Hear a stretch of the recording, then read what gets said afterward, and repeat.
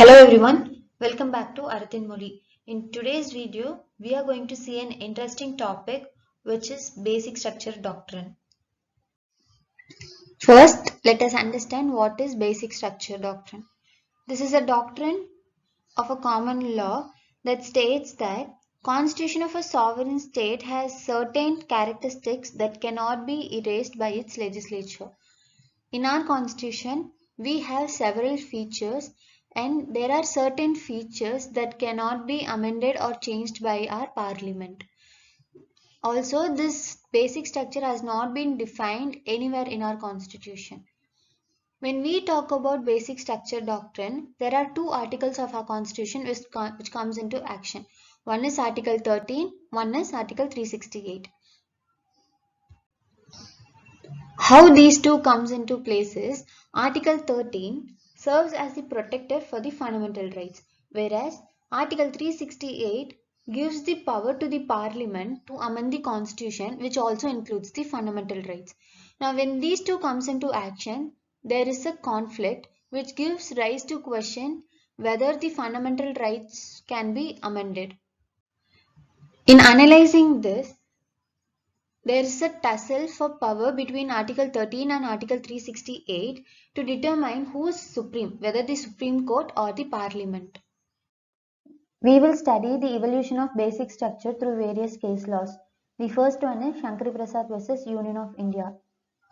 Going back to the year 1951, in India we had the practices of Jamindari system.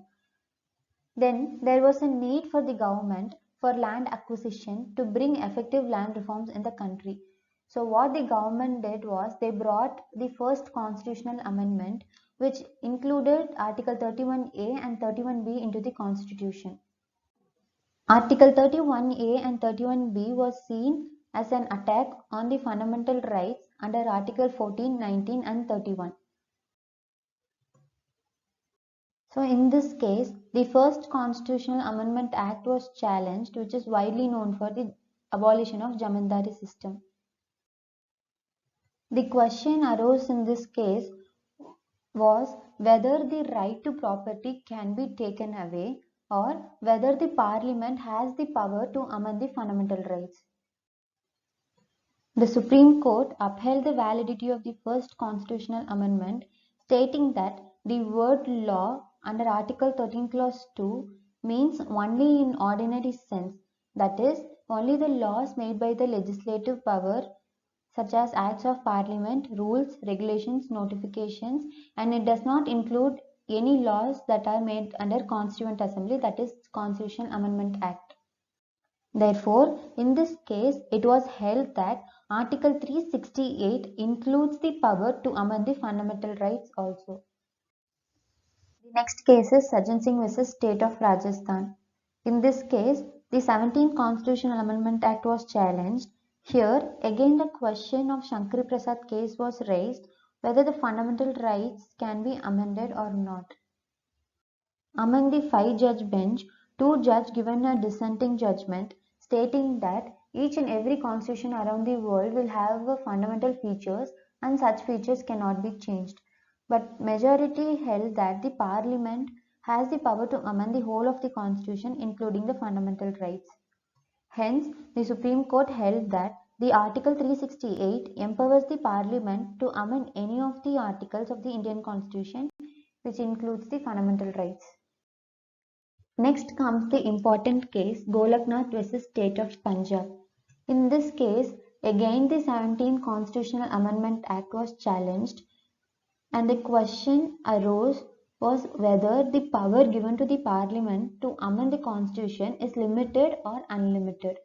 Further, the scope of the word law which is mentioned under Article 13 Clause 2 was also discussed. In both of the previous cases, the Supreme Court held that the Parliament can make amendments in the fundamental rights, but in this present case, the Supreme Court went ahead and said that the Parliament does not have any power to amend the fundamental rights in the way of amendments. And because of that, no changes can be made in the fundamental rights in future. The Supreme Court also stated that Article 13 covers not only the legislative amendment but also constitutional amendments. After Golaknath case, the Parliament came up with the 24th Constitutional Amendment Act just to exclude the applicability of Article 13 to Article 368. This 24th Amendment Act includes the clause 4 to Article 13, which states that nothing in this Article 13 would apply to Article 368. And it also adds clause 3 to Article 368, which also states that nothing in Article 13 applies to Article 368. Therefore, after this 24th Constitutional Amendment Act, everything which was laid down in Golaknath case holds no value. Hence, the validity of 24th Constitutional Amendment Act was challenged in the case of Keshwananda Bharati versus State of Kerala. It also questioned the power of Parliament to abridge the fundamental rights by means of Article 368. This was a landmark case in defining the concept of basic structure doctrine.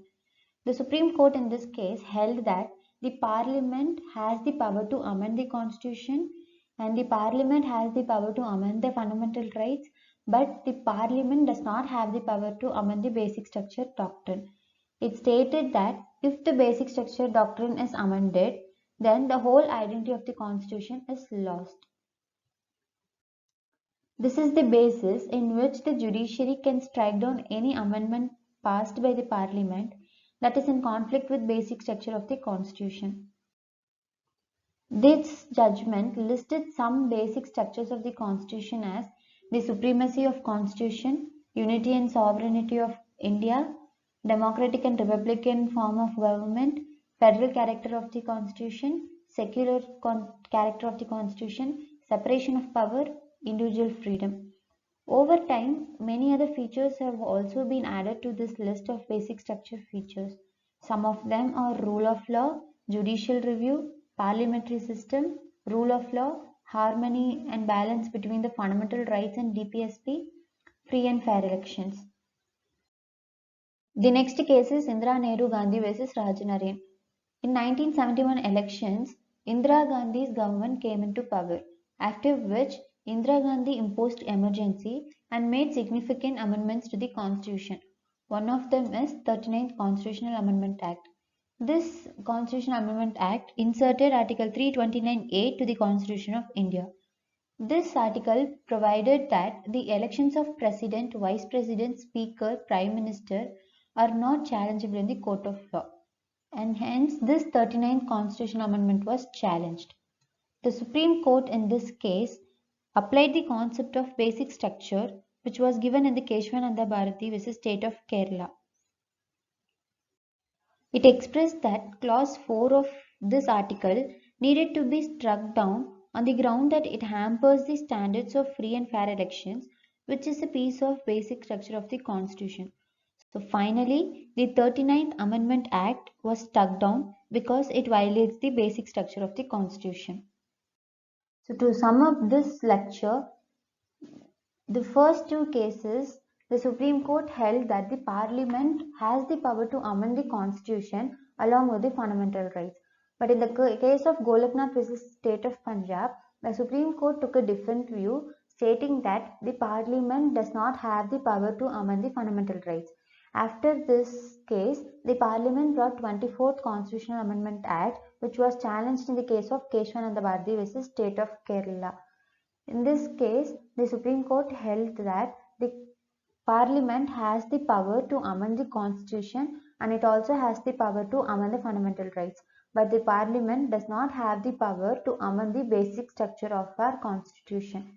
This judgment laid down certain features which are to be treated as basic structure in our Constitution.